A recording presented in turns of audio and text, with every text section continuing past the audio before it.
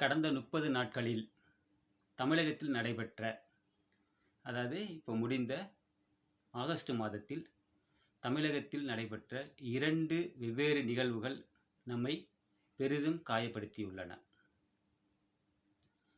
அந்த 2 நிகழ்வுகளும் ஒன்றுக்கொன்று தொடர்பு உடையவை என்றும், எதிர்காலத்தில் இவை இரண்டும் ஒன்றிணைந்து தமிழகத்தில் ஒரு பொருளாதார சக்தியாக உருவாகும் நிலை ஏற்படும் என்கிற நம்பிக்கை சேஞ்ச் சேலஞ்ச் சேனலுக்கு ஏற்பட்டுள்ளது. அதனால தான் அந்த 2 வெவ்வேறு நிகழ்வுகள் தொடர்பான விஷயங்களை 2 அல்லது 3 காணொளிகளாக உங்களிடம் பகிர்ந்து கொள்ள வந்திருக்கிறேன். முதல்ல, கடந்த மாதம் திருவண்ணாமலைக்கு வந்திருந்த எதிர்க்கட்சி தலைவர் எடப்பாடி பழனிசாமி ஐயா அவர்கள் மேல்மா உட்பட 9 கிராமங்களைச் சேர்ந்த சிப்காட் எதிர்ப்பு போராட்ட குழுவினரை சந்தித்து பேசுகிறார். அப்போது போராட்ட குழுவினர் மற்றும் விவசாய சங்க பிரதிநிதிகள், நீங்கள் தமிழக அரசுக்கு ஆளுங்கட்சிக்கு எதிராக சிப்காட் வரக்கூடாது என்று அறிக்கை விடணும் அப்படின்னு இந்த கோரிக்கையை வைக்கிறாங்க. அதற்கு எதிர்க்கட்சி தலைவர் அவர்கள் மலுப்பலான பதிலை சொல்கிறார், அல்லது பெரிதும் ஆர்வம் காட்டவில்லை எதிர்ப்பை தெரிவிக்க. இப்போ நமக்கு என்ன தெரியுதுன்னா, நானும் டெல்டாக்காரன் என கூறுபவர் ஆட்சியில் இருந்து கொண்டு இயற்கை வளங்களையும் விவசாய நிலங்களையும் அழிக்க துடிக்கிறார். நான் பச்சை தமிழர், பரம்பரை தமிழர், பச்சை துண்டை கண்டுபிடித்தவரே நாங்கள்தான் என்று எதிர்க்கட்சி ஐயாவுக்கு விளம்பரங்கள் செய்யப்பட்டு, ஆனால் அவர்களும் மறைமுகமாக ஆளும் கட்சியின் சதிக்கு மறைமுகமாக துணை போகிறார்கள் அல்லது நேரடியாக ஆமோதிக்கிறார்கள் என்பதுதான் அர்த்தம்.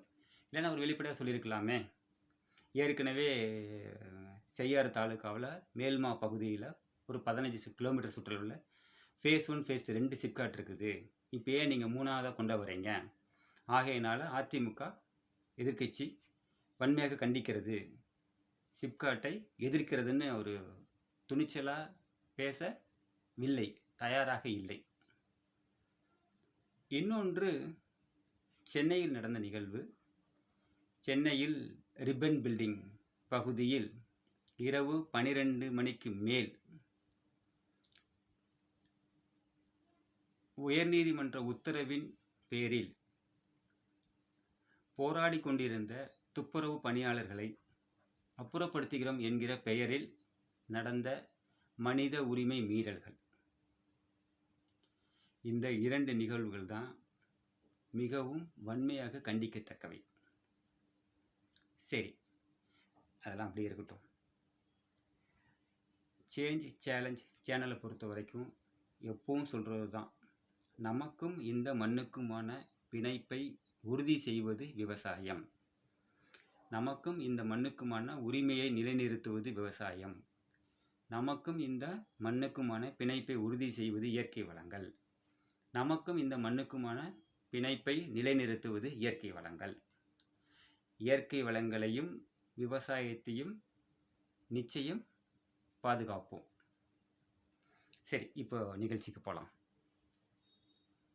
இது என்னன்னு பார்த்தீங்கன்னா, நடப்பு ஆண்டு 2025-26ஆம் ஆண்டு தமிழக அரசின் வேளாண்மை மற்றும் விவசாயிகள் நலத்துறை கொள்கை விளக்க குறிப்பு பக்கம் 59 என்ன சொல்கிறாங்கன்னா, annually 22 lakh metric ton chemical fertiliser are consumed in our state Tamil Nadu.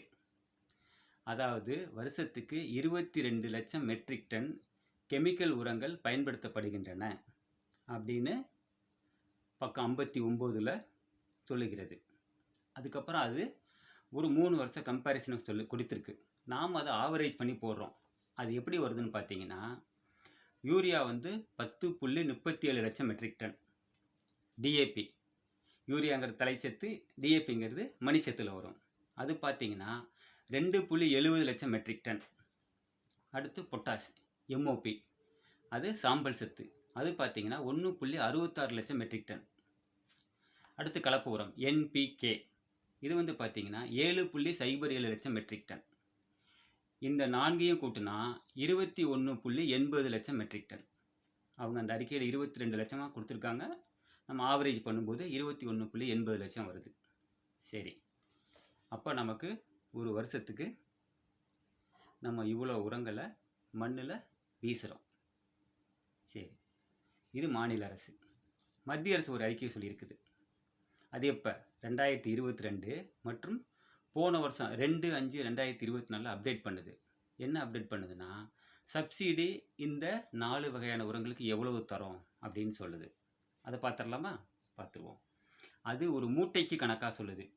அப்போ யூரியா ஒரு மூட்டைக்கு 2183 ரூபா 50 காசு சொல்லுது. டிஏபி மூட்டைக்கு 2501 ரூபா சொல்லுது. யூரியா மூட்டைக்கு 2183 ரூபா 50 காசு, டிஏபி மூட்டைக்கு 2501 ரூபா சொல்லுது. பொட்டாஷ் சாம்பல் சத்து 759 ரூபா மூட்டைக்கு சொல்லுது. அடுத்து இந்த கலப்பு உரம் சொன்னீங்களா என்பிகே, அதுக்கு 1918 ரூபா மூட்டைக்கு மானியமாக சப்சிடி தருதா சொல்லுது. வச்சுங்களா? அப்போது தமிழ்நாட்டில் பயன்படுத்தக்கூடிய அந்த 22 லட்சம் மெட்ரிக் டன், நம்ம அந்த எக்ஸாக்டாக 21.80 லட்சம் மெட்ரிக் டன்னுக்கு இந்த சப்சிடியும் கணக்கு பண்ணி ஒரு கிலோ சராசரி உரத்துக்கு நம்ம என்ன சொல்கிறோம், ஒரு கிலோ சராசரி உரத்துக்கு சராசரியாக எவ்வளோ சப்சிடி கொடுக்குறாங்க அப்படின்னு பார்த்தீங்கன்னா 42 ரூபா 87 காசு வருது. அதாவது சராசரியாக, ஏன்னா ப்ரொப்போர்ஷனல் இருக்குது இல்லையா, யூரியா அதிகமாக பயன்படுத்துவாங்க, அதை விட கம்மியாக டிஏபி, அப்படி கொஞ்சம் கொஞ்சம் மாறி மாறி வரும். கலப்பு உரம் கொஞ்சம் கொடுப்பாங்க, அது மாதிரி. அதை அரித்மெட்டிக் கால்குலேஷன் பேஸில் கணக்கு பண்ணும்போது சராசரி ஒரு கிலோ உரத்துக்கு சராசரியாக 42 ரூபா 87 காசு வருது. அப்படி பார்த்தோம்னா 21.80 லட்சம் மெட்ரிக் டன்னுக்கு எவ்வளோ மானியம் தருது? தமிழ்நாட்டுக்கு மட்டும் 9345.66 கோடி ரூபாய் தருது. அதாவது செலவாகிறதுன்னு வச்சுக்குவோம், செலவு செய்து மானியத்திற்கென்று, உரத்திற்கென்று வருடத்திற்கு அந்த 3 வருஷம் ஆவரேஜ் பார்த்தோம் இல்லைங்களா, அதில் பார்த்தா 9345.66 கோடி செலவு செய்கிறது. சரி, நாம் இப்போ பார்க்குறோம் என்னென்னா, அரசுக்கு மானியமாகவே 9345.66 கோடி ரூபாய் செலவாகுது அப்படின்னா, அப்போ மண்ணில் வீசுகிறோம்ல 21.80 லட்சம் மெட்ரிக் டன்னுக்கு மீதி காசு போட்டு தானே வாங்குகிறோம். இந்த வருஷம் யூரியா வந்து மூட்டை வந்து 300 ரூபாயோ 320 ரூபாயோ சொல்கிறாங்க. டிஏபி, பொட்டாஷு, கலப்புரங்கள் எல்லாமே வந்து 1500 அந்த ரேஞ்சில் சொல்கிறாங்க. பொட்டாஷ் மட்டும் 1500 1800 தெரியல அப்படின்னு சொல்லி ஒரு ஐசோலேஷனில் இருக்குது. அப்போ சப்சிடி போக நம்ம காசு கொடுத்து தானே வாங்குகிறோம். அப்போ அது இதே ப்ரொப்போர்ஷனில் அந்த 21.80 லட்சம் மெட்ரிக் டனுக்கு போட்டோம்னா அது எவ்வளோ வருதுன்னா, சராசரி ஒரு கிலோ சராசரி உரத்துக்கு 18 ரூபா 58 காசு வருது. அப்போ சப்சிடியில் ஏற்கனவே 42 ரூபா 87 காசு, எக்ஸ்ட்ரா விவசாயிகள் செலவு பண்ணுறது 18 ரூபா 58 காசு, ஆக மொத்தம் ரெண்டையும் சேர்த்து கூட்டி பார்த்தா 13,396.10 கோடி ரூபாய். அதாவது 13,396 கோடி ரூபாய் வருஷத்துக்கு இவ்வளவு மதிப்புள்ள கெமிக்கல் உரங்களை மண்ணில் வீசுகின்றோம். ஆச்சுங்களா? சரி, இப்போது இவ்வளோ வீசுகிறோம்ல, எவ்வளவு? 13,396 கோடி ரூபாய், 21.80 லட்சம் மெட்ரிக் டன். சரி, இந்த ரசாயன உரங்களை யார் ஊக்குவிக்கிறா தெரியுமா உங்களுக்கு? இந்த காணொலியை பார்க்கிற விவசாயிகளுக்கு தெரியும். அதாவது தொடக்க வேளாண்மை கூட்டுறவு வங்கிகளில் கடன் வாங்குகிற விவசாயிகளுக்கு தெரியும். நீங்கள் ஒரு ஏக்கருக்கு நெல்லுக்கு போய் ஒரு 40,000 ரூபாய் பயிர்க்கடன் வாங்கினீங்கன்னா 10% உரம் கொடுக்குறாங்க. அதாவது 4,000 ரூபாய்க்கு அதிகபட்சம். 1,00,000 ரூபாய்க்கு நீங்கள் லோன் வாங்கினீங்கன்னா அதிகபட்சம் 10,000 ரூபாய்க்கு நீங்கள் ரசாயன உரங்கள் வாங்கி ஆகணும். அப்போ உரங்களை யார் கட்டாயப்படுத்துகிற மறைமுகமா? அரசாங்கம் தான் கட்டாயப்படுத்து, ஊக்குவிப்பது கூட கிடையாது, இது கட்டாயப்படுத்தும் செயல். சரி, அது அப்படியே இருக்கட்டும். மண்ணில் கொட்டிருக்கிற உரத்துக்கே இத்தனை டன்னு இவ்வளோ அமௌண்ட்டுன்னா, அப்போ காற்றுல தெளிக்கிறோம்ல பூச்சிக்கொல்லி மருந்து, அதுக்கு யார்கிட்ட கணக்கு இருக்குதா? எங்ககிட்ட இல்லை. இனிமேல் தான் எதிர்காலத்தில் அந்த கணக்கு எடுக்கணும். சரி, இப்போ போன மாதம் சென்ட்ரலில் நம்ம சொன்னோம்ல, துப்புரவு பணியாளர்கள் மீதான மனித உரிமை மீறல்கள் தாக்குதல்கள், அதை நம்ம வன்மையாக கண்டிக்கிறோம்னு சொல்லியிருந்தவங்கள, அவங்க இதே மாதிரி வருஷம் முழுதும் குப்பையை ஹேண்டில் பண்ணுறாங்களா? அந்த குப்பையோட மதிப்பு எவ்வளோ இருக்குன்னு தெரியுமா உங்களுக்கு? ஒரு நாளைக்கு எவ்வளோ குப்பையை ஹேண்டில் பண்ணுறாங்க தெரியுமா? சென்னையில் மட்டும் 4,500 மெட்ரிக் டன். சென்னையில் மட்டும் 4,500 டன். தமிழ்நாடு முழுக்க அதிகபட்சம் 15,000 மெட்ரிக் டன் குப்பைகளை அவர்கள் கையாளுகிறார்கள். அப்போ அதனோட மதிப்பு என்னவா இருக்கும்? நம்ம ஏற்கனவே பார்த்தோம்ல, இந்த 13,396 கோடி ரூபாயை விட அது அதிகமாக இருக்கணும், இருக்க வேண்டும். நாம் அடுத்த பகுதியில் விரிவாக தெளிவாக ரெண்டையும் மெர்ஜ் பண்ணி நாம் பார்க்கிறோம். நான் இந்த சேஞ்ச் சேலஞ்ச் சேனலை பார்த்து கொண்டிருக்கிற உங்கள்கிட்ட நான் ஒரே ஒரு கோரிக்கை தான் வைக்கிறேன்.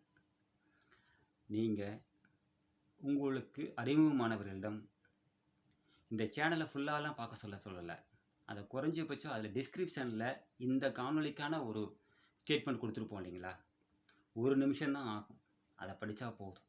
அது ஒரு நாட்டு நடப்பு நிகழ்வை உங்கள் கண் முன்னே நிறுத்துகிறது. 10 கோடிக்கு மேலான உலக தமிழ் சொந்தங்களே, பாய்.